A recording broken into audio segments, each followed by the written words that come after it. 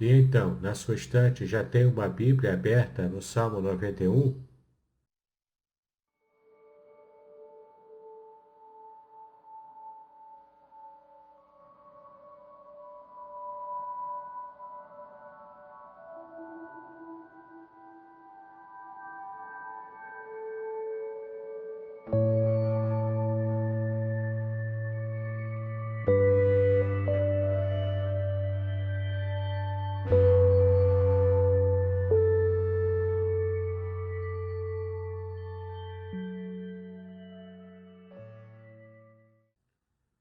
Olá, eu sou o pastor Davidson Bignon, sou pastor congregacional, mestre em ciências da religião, e hoje vamos estar meditando sobre o Salmo 91.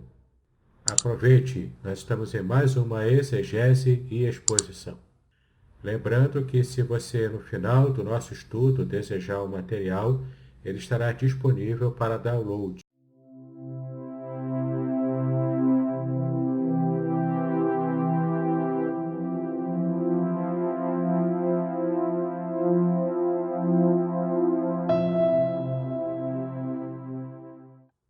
Muito bem, agora você tem na sua tela o arquivo principal do nosso estudo, onde nós temos aqui o título Proteção no Curso da Vida.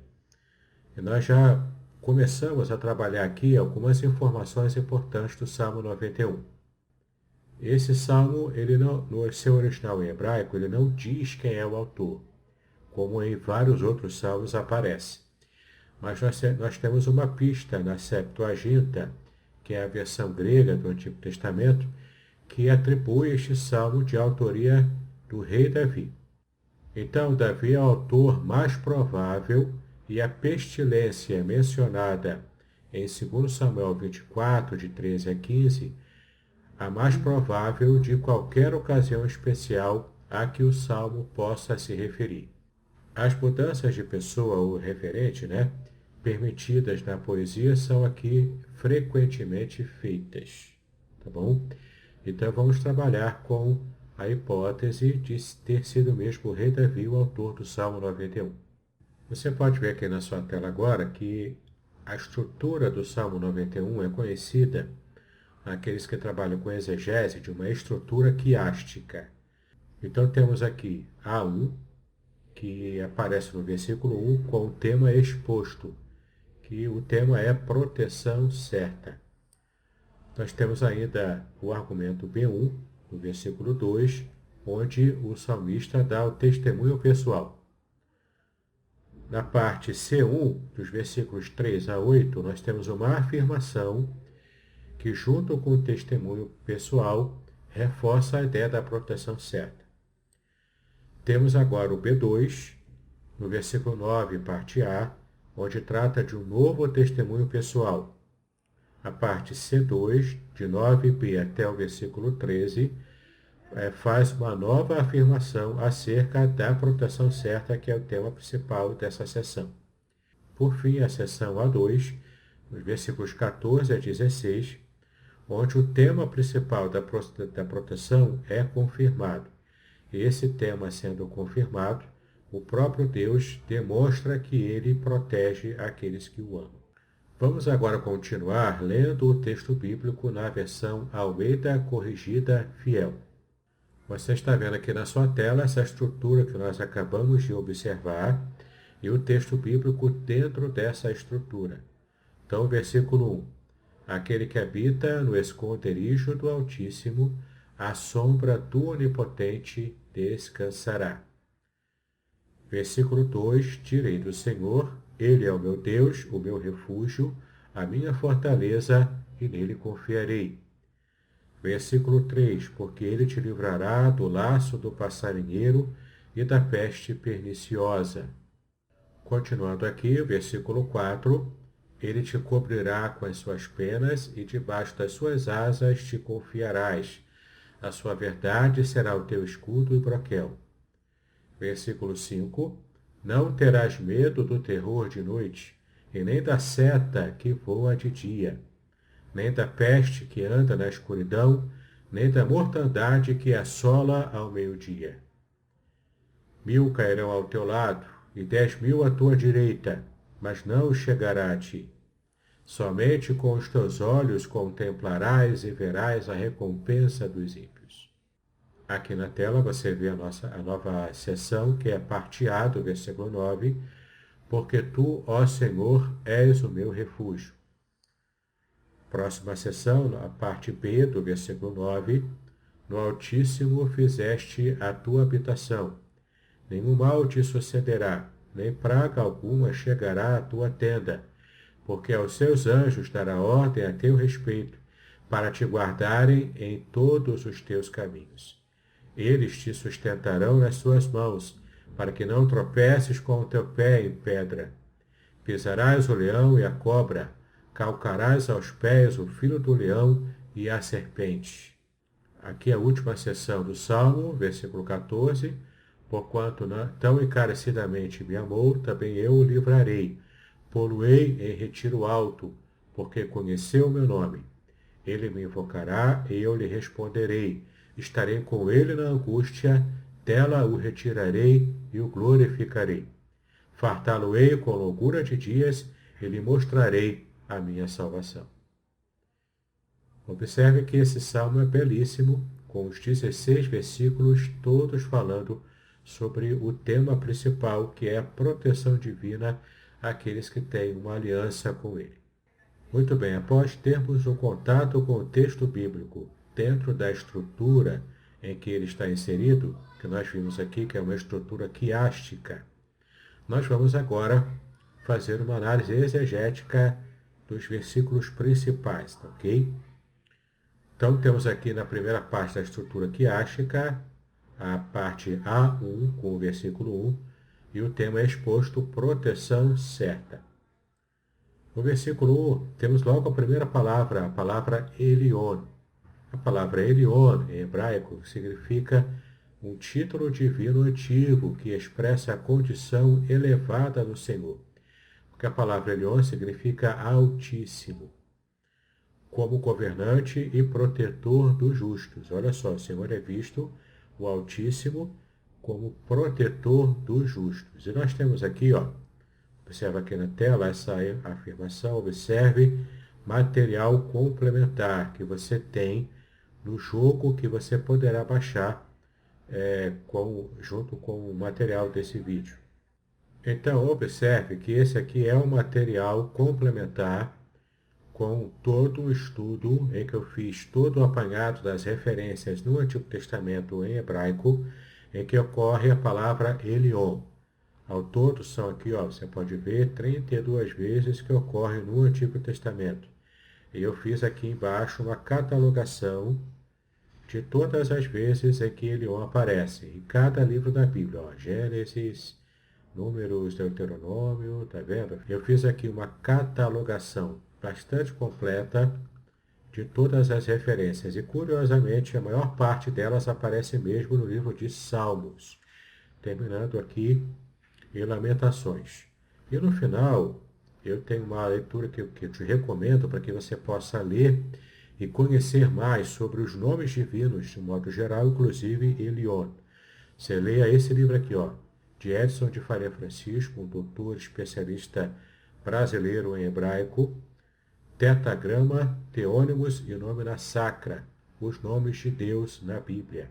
Realmente recomendo, vai te trazer muita informação acerca dos nomes divinos.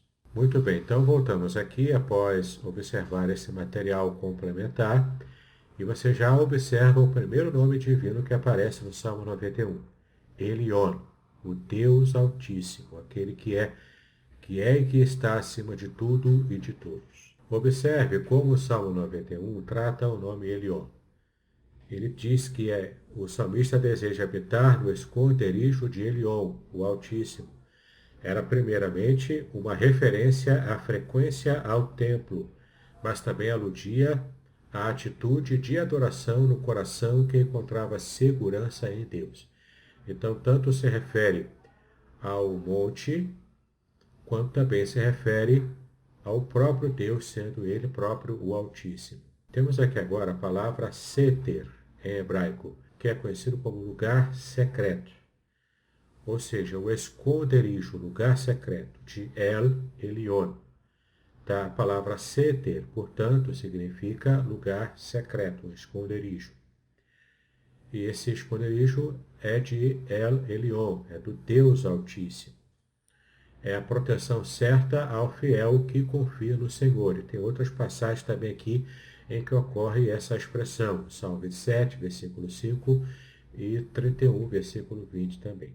Também aparece aqui o segundo nome de Deus, que é Shaddai. Shaddai, que é composto por aquela expressão El Shaddai, né? Que é o Deus Todo-Poderoso, traduzido aqui como Todo-Poderoso. Então, Shaddai aparece ainda no versículo 1, e essa forma hebraica designa o Deus cujo poder é suficiente para suprir qualquer fraqueza humana. Então, é o Todo-Poderoso, é o Elion também, o Altíssimo. É nele que nós já estamos aprendendo no Salmo 91 a confiar. São qualidades especiais de Deus que aparecem aqui no Salmo 91. Então, caminhando aqui com o Salmo 91, na segunda parte, a parte B1, testemunho pessoal de quem confia nesse Deus maravilhoso, Deus Altíssimo, Deus El Shaddai. E aparece mais um nome aqui para Deus, né? O terceiro nome para Deus que aparece no Salmo 91, aqui no versículo 12. É o principal nome de Deus, é o nome próprio do Senhor. É em hebraico Yahweh, ou Yahweh, ou Yahvé, ou, se você preferir, uma forma mais brasileira de se falar, Jeová. Essas formas, em especial de você falar com o nome de Deus, elas acontecem porque o nome real de Deus, a pronúncia real do nome de Deus, ela foi perdida ao longo da história. E se você ler esse livro que eu indiquei, do Dr. Edson de Faria Francisco, sobre teônimos em nome da sacra, você vai perceber o porquê que isso aconteceu, como aconteceu ao longo da história e por que há tanta divergência de opinião com respeito à pronúncia correta do tetragrama sagrado, o nome de Deus. Mas então, para que a gente possa continuar com o nosso estudo aqui, eu vou considerar a pronúncia Yahweh, tá bom? Que é para a gente poder ter uma pronúncia só, mais coerente, mais coesa com esse vídeo aqui, com essa aula. Então, Yahweh é o nome principal de Deus na Bíblia hebraica, também é conhecido como o Eterno.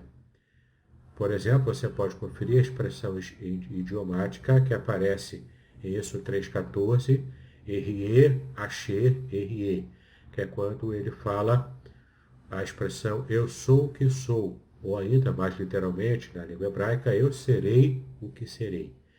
E esse hebraísmo, que é uma forma tipicamente hebraica, né, de se referir, esse hebraísmo indica que Yahweh é a própria fonte da vida e da existência, e que ele era todo poderoso para prover e ser o que Moisés e Israel precisassem que ele fosse para que se vissem finalmente livres do cativeiro egípcio. Sim, é isso que significa a expressão Erie, Asher, Erie. Eu sou o que sou, ou eu serei o que serei. Ele está mostrando aqui para Moisés e para todo Israel que, seja qual for a necessidade, Deus consegue supri-la, porque Ele é o Todo-Poderoso, Ele é a razão da própria existência, Ele é a raiz da própria existência, e nós então podemos confiar nesse Deus maravilhoso que nós servimos. Logo aqui embaixo você tem o quarto nome de Deus que aparece aqui no Salmo 91, ainda no versículo 2. O nome Elohai, tá? Que é uma forma no possessivo de Elohim. Então, Elohim significa Deus, ou literalmente deuses. E Elohai significa literalmente meu Deus, ou meus deuses. Nome divino genérico usado na Bíblia hebraica em plural majestático quando se refere a Deus.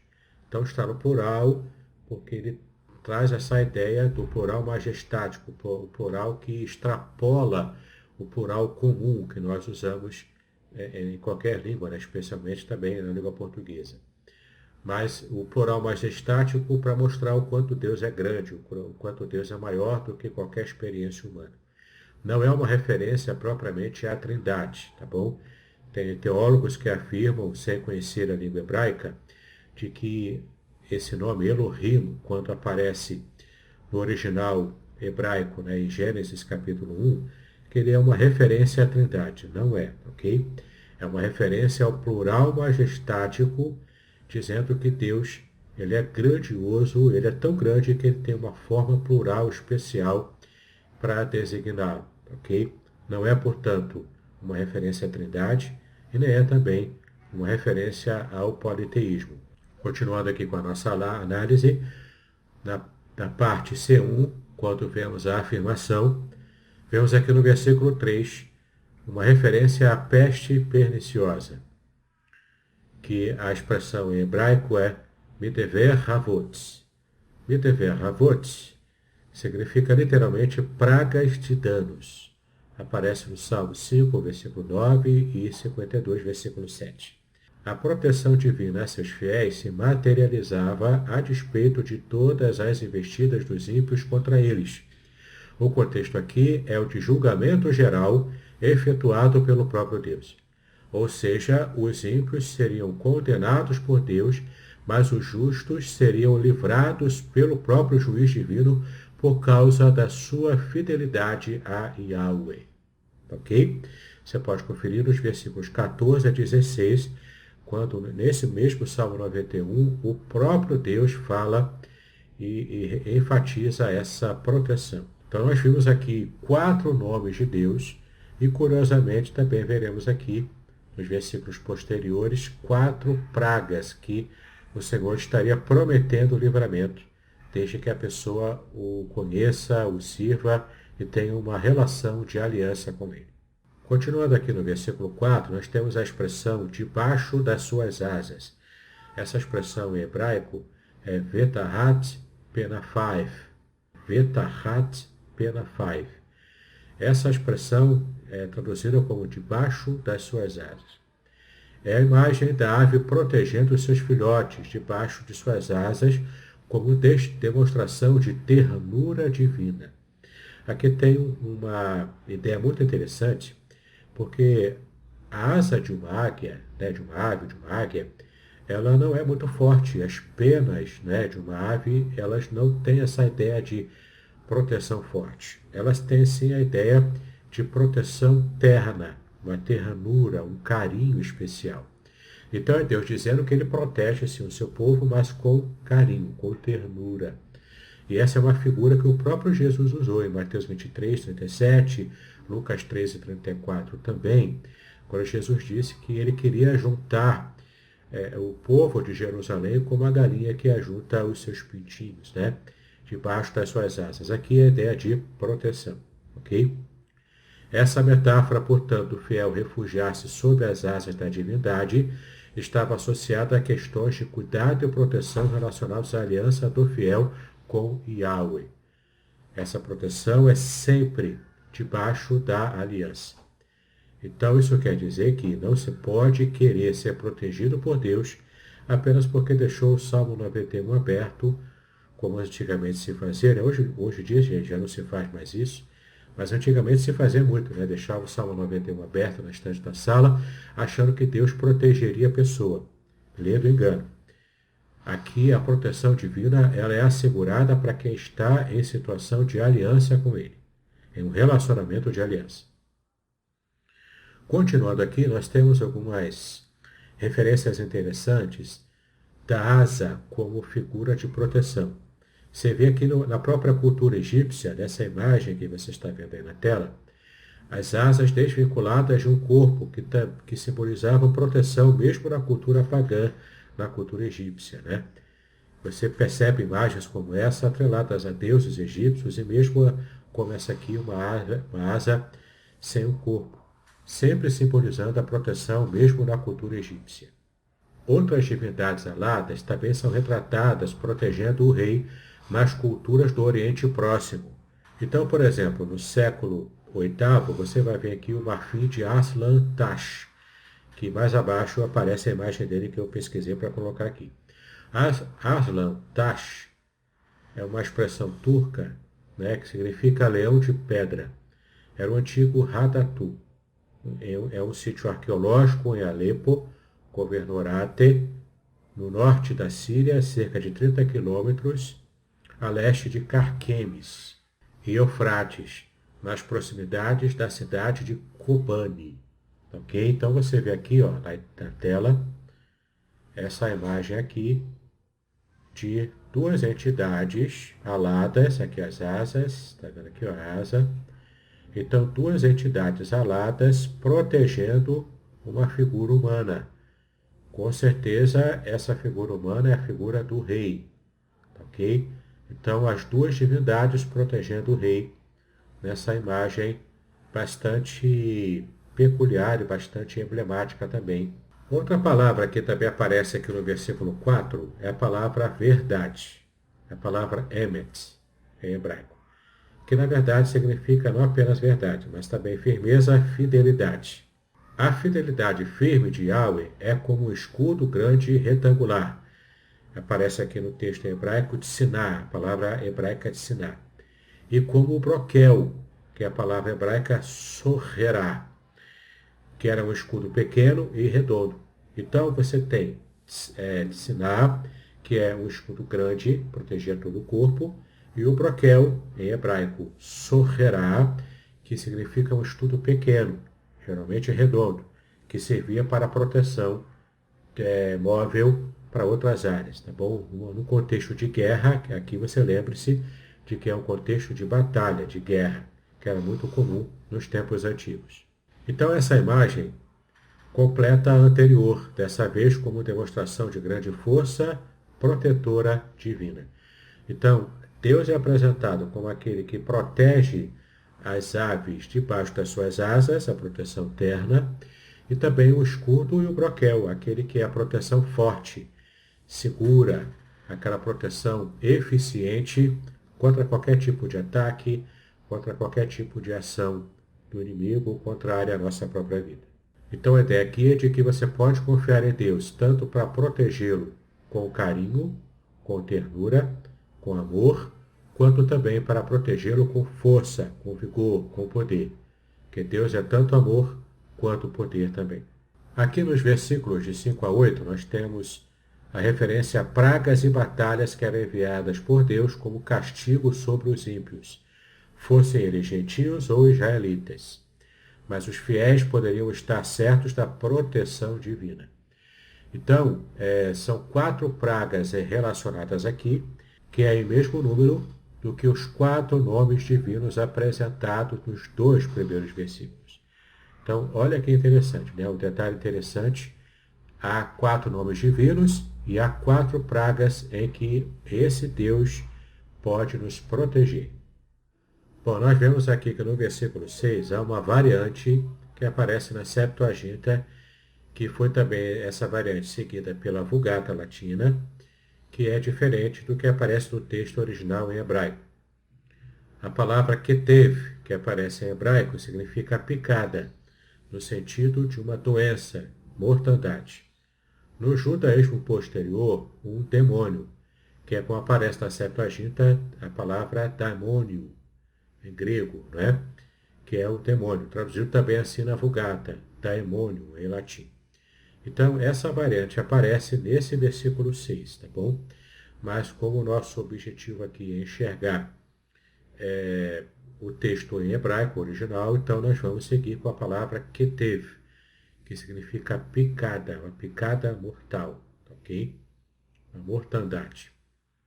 Bom, no versículo 7, nós temos ainda uma expressão aqui que aparece, que é um hebraísmo também, que é muito comum na poesia hebraica, que é a expressão 1000 e depois 10.000.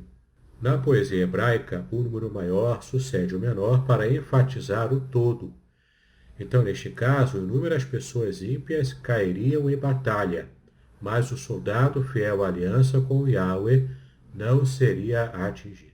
Seguindo agora aqui com o versículo 9, nós já estamos aqui na parte B2, apenas a primeira parte do versículo 9, no testemunho pessoal, onde o salmista diz o seguinte: Yahweh Marci, Olha que interessante essa expressão. Yahweh é o meu refúgio. Né? Essa expressão ela é muito pessoal, ela é muito próxima da pessoa, né? Porque ela se assume como alguém que é refugiado do Senhor, do próprio Deus. Né? E na parte C2, do versículo 9, parte B até o 13, na parte da afirmação, é uma afirmação confirmando essa ideia de que Yahweh é o meu refúgio pessoal. Então, no versículo 9, parte B, nós temos uma questão interessante, que há uma controvérsia aqui em como aparece no texto em hebraico.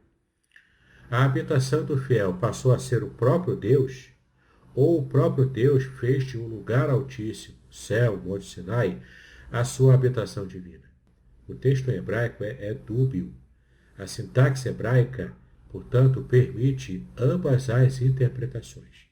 Tanto o próprio Deus passou a ser a habitação do fiel, quanto também o próprio Deus fez de um outro lugar, alheio a ele, esse lugar altíssimo. Ok?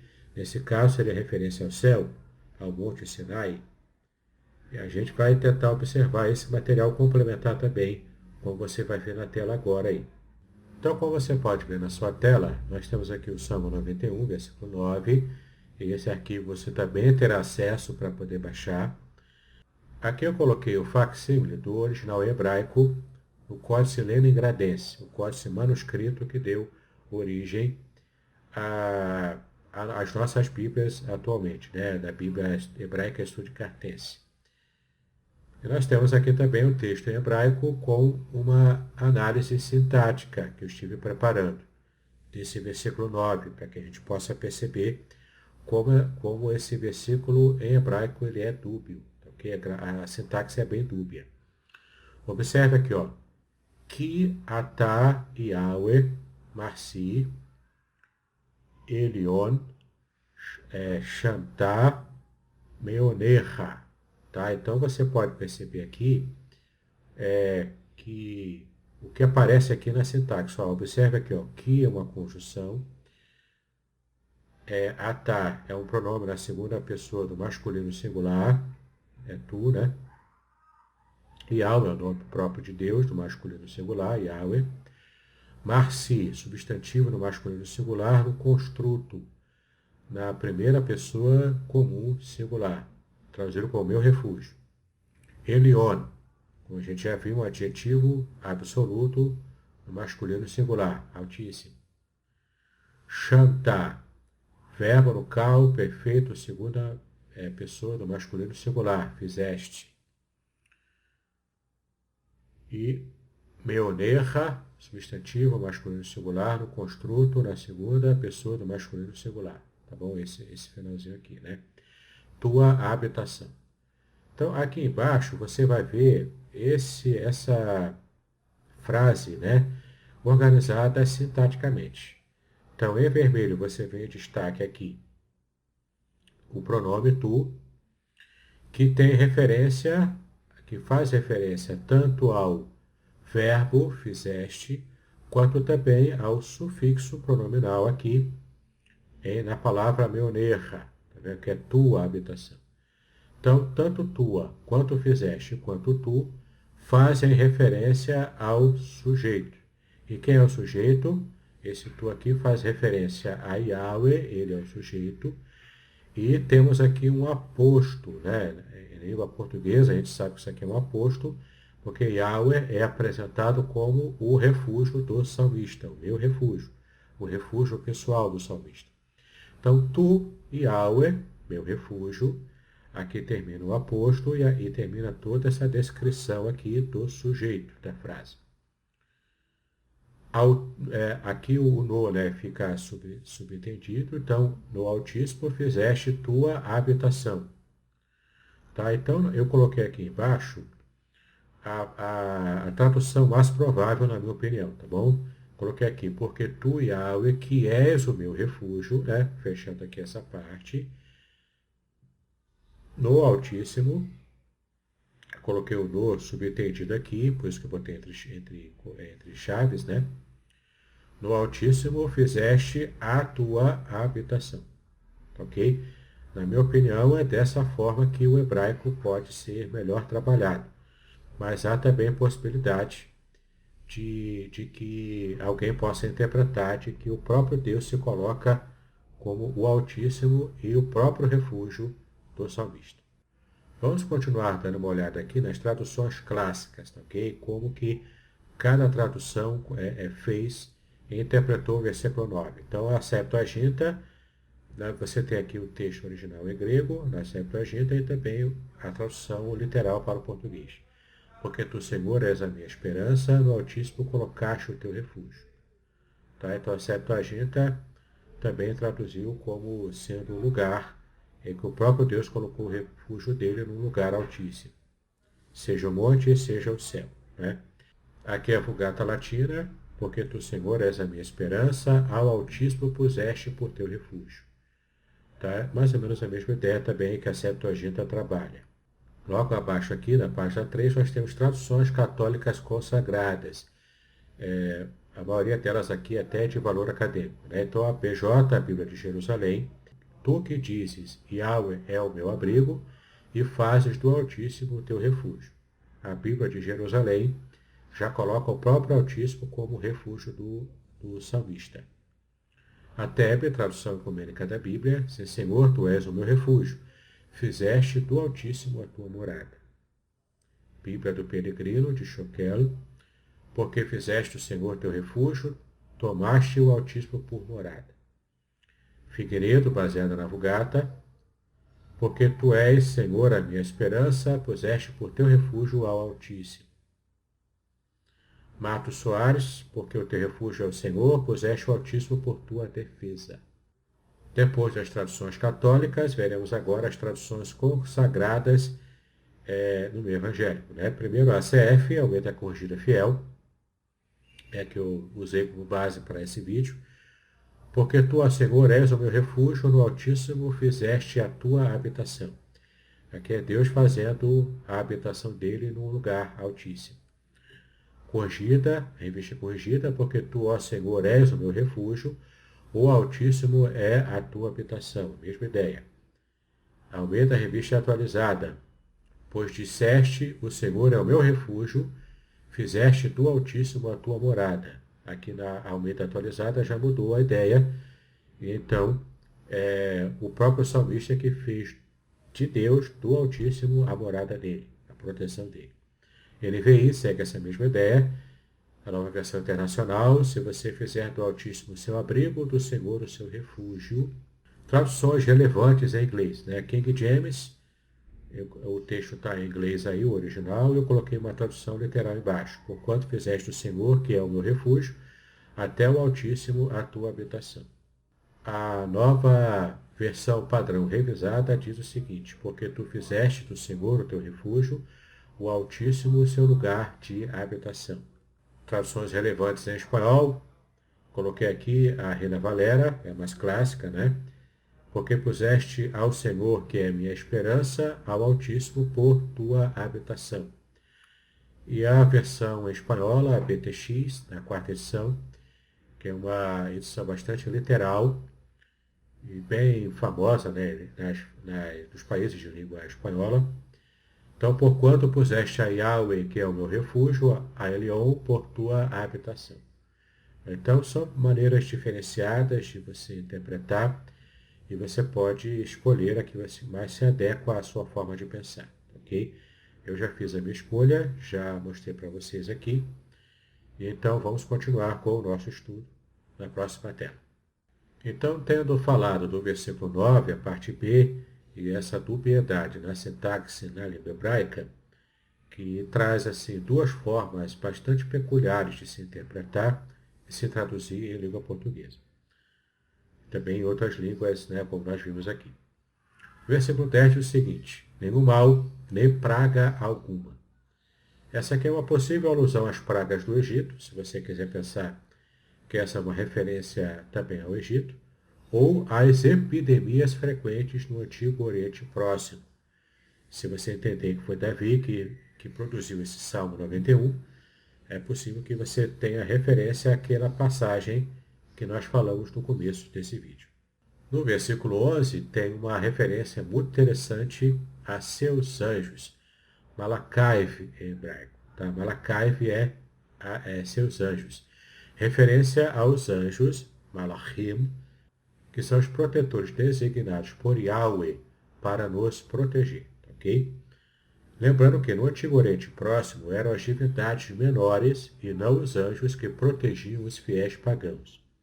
É claro, como a fé judaica não é politeísta, então nós não falamos de divindades menores, falamos aqui em anjos, que são criaturas do próprio Deus para nos proteger. Os mesopotâmios antigos também diziam que eram os deuses pessoais ou familiares que ofereciam proteção e cuidado especial aos fiéis pagãos, para que as divindades cósmicas ou nacionais não precisassem ser incomodadas. É interessante essa ideia porque a ideia pagã da divindade é de que eles ficavam completamente chateados com o ser humano e puniam o ser humano porque, por exemplo, porque o ser humano fazia muito barulho. Inclusive na narrativa babilônica do dilúvio, a divindade enviou o dilúvio porque os seres humanos faziam muito barulho. Isso estava incomodando os seres divinos, né? Completamente diferente do que a Bíblia mostra esse Deus amoroso que nos protege porque tem uma relação de aliança conosco. Ainda há textos acadianos que falam dos espíritos guardiões do bem-estar e da saúde. Tá? Todas essas formas de pensar aqui são formas antigas daqueles países, daquelas nações próximas a Israel, para você ver como é diferente e como é até superior nessa forma de se pensar na proteção divina para aqueles que serviam a Yahweh. Temos outro dado também interessante. Qual era o tipo de proteção buscada, né, por aqueles povos pagãos antigos? A proteção buscada no Antigo Oriente Próximo era contra os poderes demoníacos que causavam doenças e problemas, e também buscavam proteção contra diversos feitiços mágicos proferidos contra o fiel pagão. Olha que interessante, né? Hoje em dia a gente ainda vive aqui no Brasil uma espécie de misticismo em que o povo busca também proteção, mística muitas vezes, contra essas mesmas questões aqui, de magia, de demônios, né? Enfim. Ainda há esse tipo de fé bem primitiva, né? Aqui no Brasil, nos dias atuais. Aqui um dado importante, os israelitas acreditavam na realidade dos demônios e muitos não conseguiram romper com o misticismo pagão dos povos vizinhos. Mas o salmista, segundo a Septuaginta, foi Davi, não interpretou os problemas que enfrentava pelo prisma do sincretismo pagão, essa mistura religiosa do paganismo. Né? Ele não fez essa interpretação, mas enfatizou que Yahweh é poderoso, mais do que suficiente para livrar seus fiéis de qualquer perigo. Tá bom? Mesmo aqueles que acreditavam nesses demônios pagãos e tudo mais, Yahweh ele apresentava no Salmo 91 como sendo mais do que suficiente para a proteção daqueles que confiam nele. Os versículos 12 e 13, eles foram citados pelo diabo quando ele tentou a Jesus no deserto. Então o diabo citou esses versículos para tentar Jesus a fim de que ele provocasse uma demonstração sensacionalista do cuidado dos anjos de Yahweh, provavelmente com o fim de ele angariar muitos seguidores e o sucesso humano rápido através de um atalho espetaculoso fácil. Jesus denunciou esta ideia como um teste contra Deus, que na verdade seria uma falta de fé da parte de Cristo se ele cedesse à tentação para poder fazer esse espetáculo todo aí como Satanás havia sugerido. Aqui há também uma informação importante, né? Às vezes a gente vai frequentando algumas igrejas evangélicas, especialmente igrejas neopentecostais, em que você vê uma entrevista feita com o demônio, dá-se microfone para uma pessoa supostamente endemoniada falar, e cria todo o espetáculo em cima disso. E você tem também todo esse misticismo, né? essa mistura de crenças, mistura de da Umbanda, do Candomblé, do catolicismo, junto com o que se passa por evangelho nessas igrejas, e o quanto isso tem levado pessoas à idolatria dentro do próprio movimento neopentecostal, levado as pessoas a se distanciarem de Deus, a quererem mais a bênção de Deus do que propriamente um relacionamento com Deus, e o quanto isso é contrário à própria essência da mensagem que é passada em toda a Bíblia e também aqui no Salmo 91. A gente está percebendo aqui que todo o Salmo 91 fala da proteção divina no curso da vida, mas dentro de uma situação de aliança, de um relacionamento com Deus que nos protege. Avançando mais aqui, nós temos a parte final do Salmo 91, dos versículos 14 a 16, que é a seção A2, onde temos o tema confirmado da proteção divina, sendo que o próprio Deus toma a palavra para falar do quanto ele se preocupa com a proteção daqueles que o amam, daqueles que o servem. Então, nesta parte final do Salmo, o próprio Yahweh fala, confirmando a postura divina frente à fidelidade do justo. Aqueles que amam a Yahweh lhe obedecem. Você pode observar aqui os textos de Deuteronômio e 1 João, né? E buscam também a sua proteção, como está no Salmo 145, 18. Você pode olhar com calma depois, tá ok? Vamos olhar agora na próxima tela 8 promessas de Yahweh para aqueles que confiam nele, tá ok? Todas aqui no Salmo 91, dos versículos 14 a 16. Eis aqui as 8 promessas de Yahweh, tá ok? A primeira, resgate. Ação interventora em favor do justo. A segunda, segurança. O justo estará salvo fora do alcance do perigo. Terceira, oração respondida. Quarta, companheirismo na necessidade. Quinta, livramento. O justo estará livre de perigos. Sexta promessa, prova de inocência. É a glorificação do justo. Sétima promessa, realização pessoal. O justo será saciado com longevidade. Oitava e última promessa, alegria da salvação.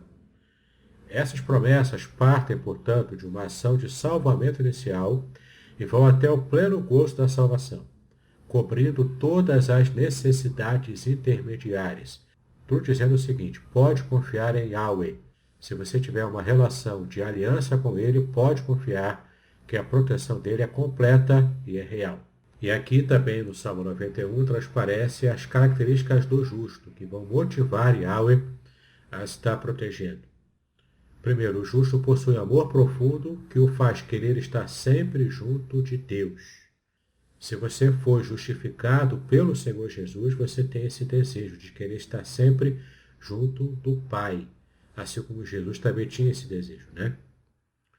Segunda característica do justo, ele vive com Yahweh à luz do que ele revelou sobre si mesmo, através do nome que ele próprio revelou para Moisés, para outros personagens da Bíblia e para nós também hoje, ok? E em terceiro e último lugar, a terceira e última característica do justo é que ele vive em oração constante. Bom, nessa tela aqui, um novo arquivo que você vai ver, eu fiz um estudo mais abrangente envolvendo a Bíblia toda sobre como a Bíblia trata do tema defesa divina. Como que Deus trabalha a ideia de ele defender o seu povo. Você pode olhar com calma aí na sua casa. Enfim, chegamos à conclusão de nossa exegese, de nossa análise do Salmo 91. E a nossa conclusão é a seguinte: a vitória de Yahweh se tornará a vitória do homem de fé. Ele entrará no triunfo do próprio Deus à medida que encara as ameaças da vida com extrema confiança no Altíssimo. Chegamos então ao final da nossa exegese e exposição, baseada no Salmo 91. Espero que você tenha gostado dessa análise. E eu recomendo que você baixe os arquivos desse vídeo para que você possa estudar com calma, analisar com calma tudo o que eu mostrei aqui para você. E não esqueça, você também poderá participar do grupo do Telegram, chamado Exegese e Exposição. Eu vou deixar o link aqui embaixo desse vídeo para que você possa ter acesso e participar do nosso grupo especial. E antes que eu esqueça, eu também produzi um curso gratuito na Udemy. você pode encontrar lá o meu curso sobre a nova homilética. Ele é gratuito e você pode, inclusive, conseguir um certificado de conclusão após assistir todas as aulas. Eu também vou deixar o link desse curso na descrição desse vídeo aqui embaixo. Deus abençoe os seus estudos, meu querido. Paz e bênção sobre a sua vida.